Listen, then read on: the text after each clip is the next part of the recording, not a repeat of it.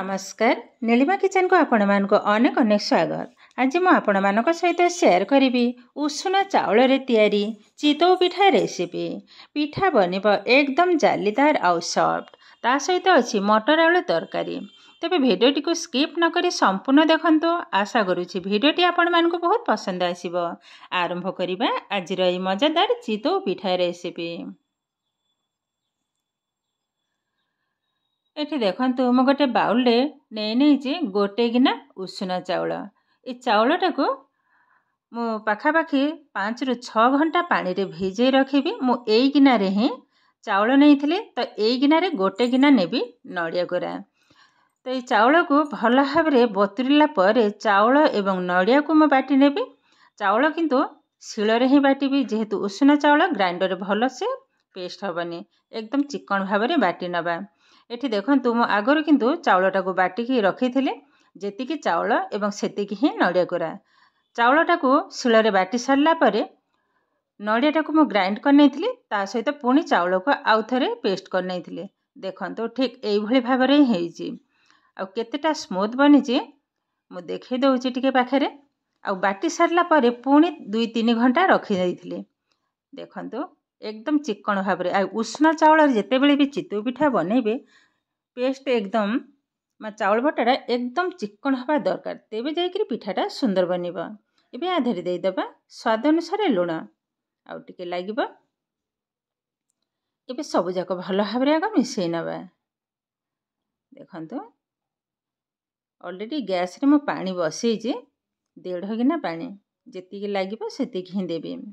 आधेरे गरम पानी ही पकेबी, ठंडा पानी पकेला माने पिठाटा हार्ड लागिबा। एठी मु पानी गरम पानी ढाली नेली। एबे टे केयरफुल टिके गोळे नेबे। देखंतु आ ए गरम पानी पकेबा द्वारा पिठाटा फुलिबा एवं बहुत नरम हबा। आ टिके पानी लागिबा। आ जेतमिति ओरुआ चाउल रे चितौ पिठाटा एकदम आणटा है एकदम पतला। आ ये उषुना चाउल रे आणटा हबा टिके बहलिया। मु देखै देबी केमिति बनिबा।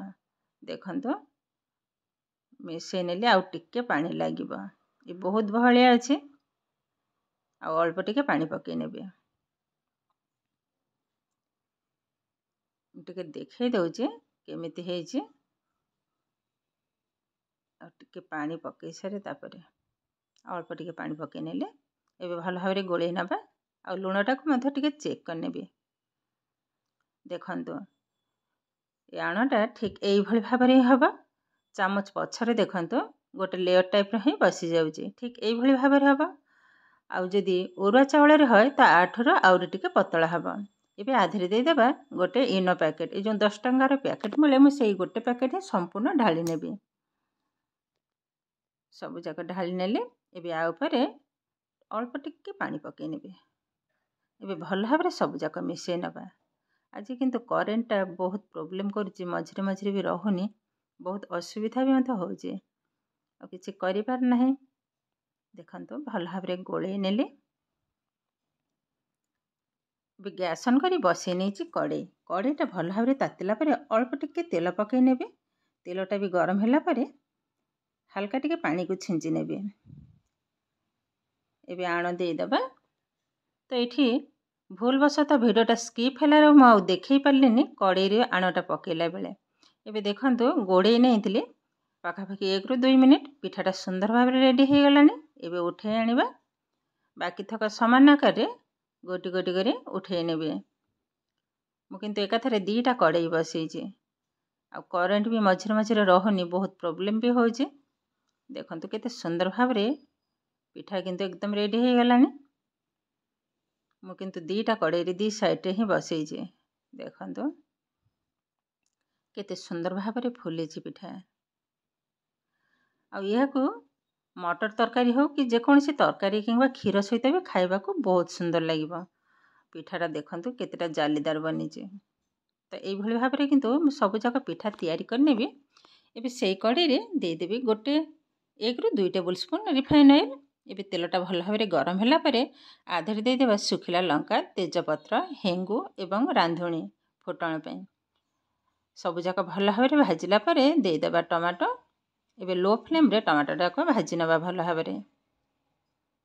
ହାଲକା ଟିକେ ଭାଜି ହେଲା ପରେ ଏବେ ଏଥିରେ ଦେଇଦେବା ସ୍ୱାଦ ଅନୁସାରେ ଲୁଣ। ଅଲରେଡ଼ି ମଟର ସିଝେଇଲା ବେଳେ ମୁଁ କିନ୍ତୁ ଲୁଣ ହଳଦୀ ପକାଇଥିଲି। ତ ଲୁଣଟା ଦେଖିକିରି ଦେବାକୁ ହେବ। ମୁଁ ଅଳ୍ପ ଟିକେ ଲୁଣକୁ ପକାଇ ନେବା। ବାସ୍ ଟିକେ ଗୋଳେଇ ନେବି। ଏବେ ଦେଇଦେବା ସାମାନ୍ୟ ଟିକେ ହଳଦୀ। ହଳଦୀ ବି ମୁଁ ଅଲରେଡ଼ି ମଟର ସିଝେଇଲା ବେଳେ ଦେଇଥିଲି, ଅଳ୍ପ ଟିକେ ପକାଇଲି। ଏବେ ଦେଇଦେବା 1 tablespoon red chilli powder, 1 tablespoon curry powder. ଏବେ ସବୁଯାକ ଭଲ ଭାବରେ ମିଶାଇ ନେବା। ଟମାଟୋଟାକୁ ଭଲ ଭାବରେ ଟିକେ ଭାଙ୍ଗି ନେବା। ଏବେ ଦେଇଦେବା ସିଝା ଆଳୁ। ମଟର ସିଝେଇଲା ବେଳେ ମୁଁ ଆଳୁକୁ ପକାଇଥିଲି ଛୋଟ ଛୋଟ 3ଟା। ଏଇଭଳି ଭାବରେ ଭାଙ୍ଗିକି ପକାଇ ନେଉଛି। ଏବେ ଭଲ ଭାବରେ କଷି ନେବା ମିଡ଼ିୟମ୍ ଫ୍ଲେମ୍ରେ। ପାଖାପାଖି 1 ରୁ 2 ମିନିଟ୍ ଟିକେ କଷି ନେବି। ତାପରେ ସିଝା ମଟରକୁ ପକାଇବି।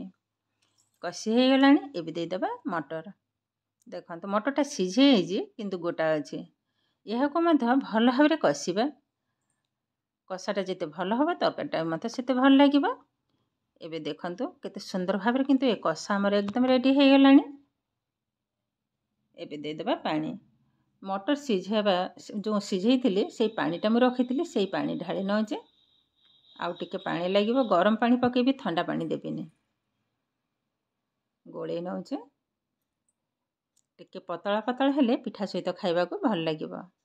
ବାସ୍ ଏବେ ଏପଟେ ବସିଥାଉ, ସେପଟେ ମୁଁ ପିଠା ମଧ୍ୟ ଉଠେଇ ନେଉଛି। ଆହୁରି ଦେଖନ୍ତୁ ଆରି ଭିତରେ ପ୍ରାୟ ସବୁଯାକ ପିଠା ମୁଁ ରେଡ଼ି କରିସାରିଛି। ଗୋଟେ ଗିନା ଚାଉଳରେ ଦେଖନ୍ତୁ କେତେ ସାରା ପିଠା ବନିଯାଇଛି। ଆଉ ପିଠାଟା କେତେଟା ସଫ୍ଟ ଏବଂ ଜାଲିଦାର ବନିଛି ମୁଁ ଟିକେ ଦେଖାଇ ଦେଉଛି। ଦେଖନ୍ତୁ ଏକଦମ ଅସଂଖ୍ୟ ଜାଲିଦାର ପିଠା କିନ୍ତୁ ଆଉ ଏକଦମ ସଫ୍ଟ, ଆଉ ଖାଇବାକୁ କିନ୍ତୁ ବହୁତ ଟେଷ୍ଟ। ଅରୁଆ ଚାଉଳଠୁ ଉଷୁନା ଚାଉଳର ପିଠାଟା ଖାଇବାକୁ କିନ୍ତୁ ବହୁତ ସୁନ୍ଦର ଲାଗେ। ଦେଖନ୍ତୁ ମୁଁ ଏବେ ଛିଣ୍ଡେଇକି ମଧ୍ୟ ଦେଖାଉଛି କେତେଟା ସଫ୍ଟ ବନିଛି।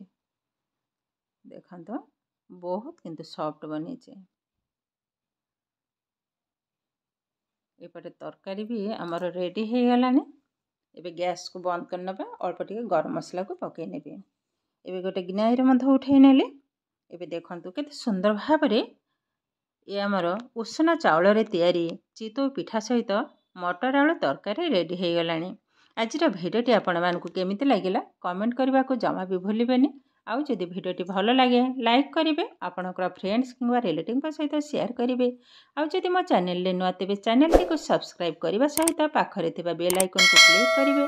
ଆଗକୁ ଆସୁଥିବା ନୂଆ ନୂଆ ଭିଡ଼ିଓର ନୋଟିଫିକେସନ୍ ସର୍ବପ୍ରଥମେ ଆପଣମାନଙ୍କ ପାଖରେ ପହଞ୍ଚିଯିବ। ଫେସବୁକ୍ ପେଜରେ ଦେଖୁଥିଲେ ପେଜଟିକୁ ନିଶ୍ଚୟ ଫଲୋ କରିବେ। ତାହେଲେ ଆଜି ପାଇଁ ରହୁଛି, ପୁଣି ଦେଖାହେବ ଆଉ ଏକ ନୂଆ ଭିଡ଼ିଓରେ। ନମସ୍କାର।